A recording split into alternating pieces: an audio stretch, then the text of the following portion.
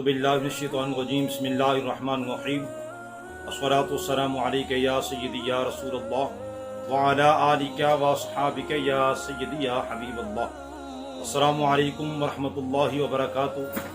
ناظرین، آج کا ہمارا ٹاپک ہے سخاوت حضرت امیر المومنین جناب سیدنا عثمان غنی رضی اللہ تعالی عنہ۔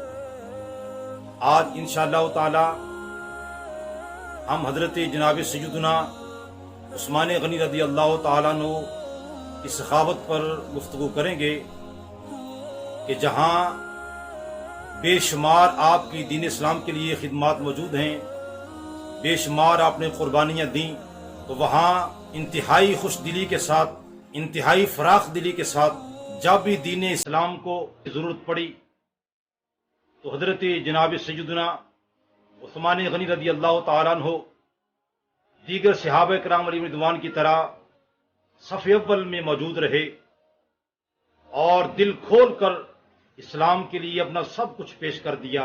اور بالخصوص غزوہ تبوک کو دیکھا جائے تو اس موقع پر آپ نے جو سخاوت کی اور جو آپ نے لشکر اسلام کے لیے خدمت پیش کی، پوری دنیا اس کو جانتی ہے۔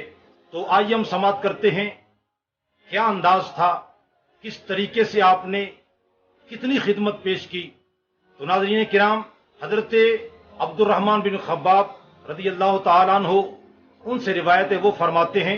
تو ناظرین، ہم تھوڑی سی نظر اس پر بھی ڈالتے ہیں کہ غزوہ تبوک جو ہے اس کا دوسرا نام غزوہ اسرت بھی ہے، اور یہ غزوہ اس وقت پیش آیا کہ جس وقت مدینہ المنورہ کے اندر انتہائی تنگی کے دن گزر رہے تھے اور شدید گرمی تھی، اور مقام تبوک جو ہے یہ مدینہ المنورہ سے 660 میل دور ہے، اور یہ غزوہ کریم آقا علیہ السلام کا یہ آخری غزوہ تھا جو سن 9 ہجری کو پیش آیا۔ اس کے بعد رسول کریم صلی اللہ علیہ وسلم آپ نے کوئی غزوہ نہیں کیا۔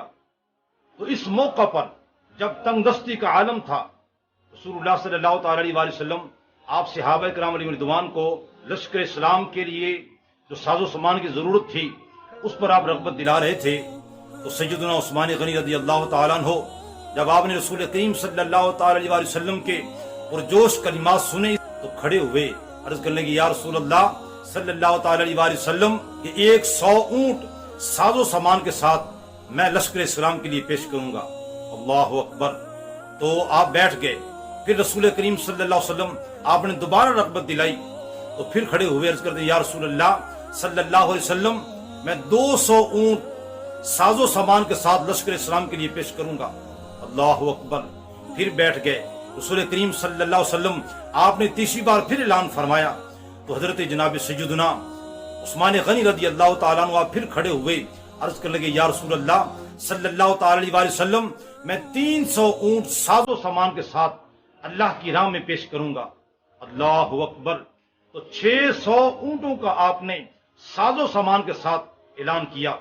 تو راوی کہتے ہیں کہ میں نے دیکھا کہ رسول کریم صلی اللہ علیہ وسلم جب آپ ممبر سے اتر رہے تھے تو یہ جملے آپ ارشاد فرما رہے تھے کہ ما علی عثمان ما عمل بعد هذه، ما علی عثمان ما عمل بعد هذه، کہ اس عمل کے بعد سیدنا عثمان غنی رضی اللہ تعالیٰ عنہ کو کوئی عمل جو ہے وہ نقصان نہیں دے سکتا۔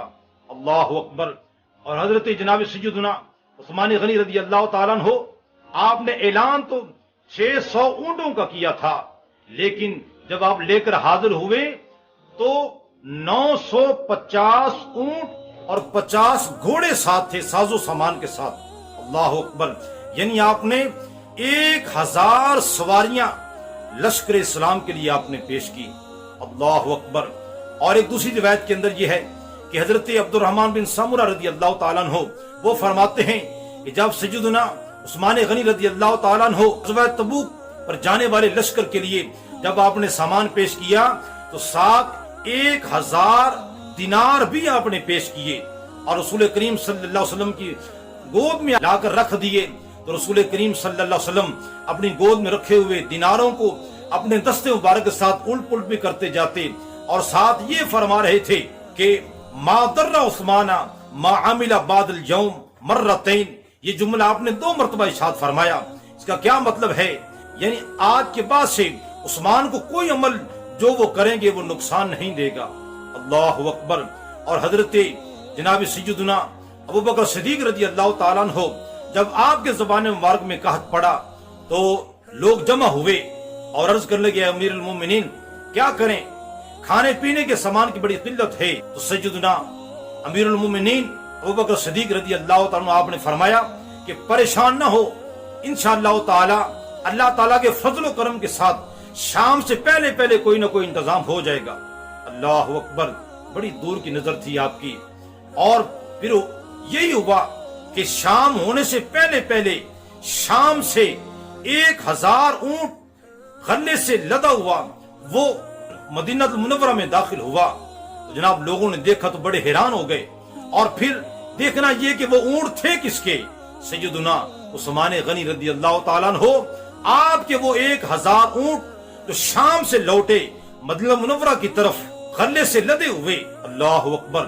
غلے کا سامان جب اتار دیا گیا تو تاجر جو تھے سیدنا عثمان غنی رضی اللہ تعالیٰ عنہ کے گھر میں پہنچے اور جا کر سودا کرنے لگے کہ عثمان غنی رضی اللہ تعالیٰ عنہ آپ ہم سے 2 گنا منافع لے لیں اور یہ سارا سامان ہمیں دے دیں۔ فرمایا نہیں، مجھے اس سے زیادہ نفع چاہیے۔ کہنے لگے جناب 4 گنا نفع دینے کو تیار ہیں۔ فرمایا اور زیادہ کرو۔ کہنے لگے جناب 5 گنا نفع دینے کو تیار ہیں۔ فرمایا اور زیادہ کرو۔